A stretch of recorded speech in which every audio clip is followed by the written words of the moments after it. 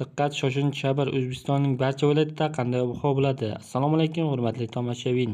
Barchasini bilib olish uchun bizning kanalimizga obuna bo'lib, like tugmasini bosib qo'yishni unutmang. Va bizning kanaldan topishingiz mumkin. Qoraqalpog'iston Respublikasi Xorazm viloyatida havo biroz bulutli bo'ladi, ayrim joylarga yomg'ir yog'adi. Shamol sharqdan 7 metr/sekund tezlikda esadi. Harorat kechasi 19-20 daraja, kunduzi 35-40 daraja bo'ladi. Buxoro Navoiy viloyatida havo biroz bulutli bo'ladi, ayrim joylari yomg'ir yog'adi. Shamol sharqdan 7-12 metr/sekund tezlikda esadi. Havo harorati kechasi 19-20 daraja, kunduzi 35-40 daraja bo'ladi. Toshkent, Samarqand, Jizzax, Sirdaryo viloyatlarida havo biroz bulutli bo'ladi, ayrim joylarga yomg'ir yog'adi. Shamol sharqdan 7 metr/sekund tezlikda esadi. Harorat kechasi 19-20 daraja, kunduzi 30-35 daraja bo'ladi. Andijon, Namangan, Farg'ona viloyatlarida havo biroz bulutli bo'ladi, ayrim joylarga yomg'ir yog'adi. Shamol sharqdan 7 metr/sekund tezlikda esadi. Harorat kechasi 19-20 daraja, kunduzi 30-35 daraja bo'ladi. O'zbekistonning tog'li hududlarida ayrim joylarda sel ketish xavfi bor. Xayr, salomat bo'ling!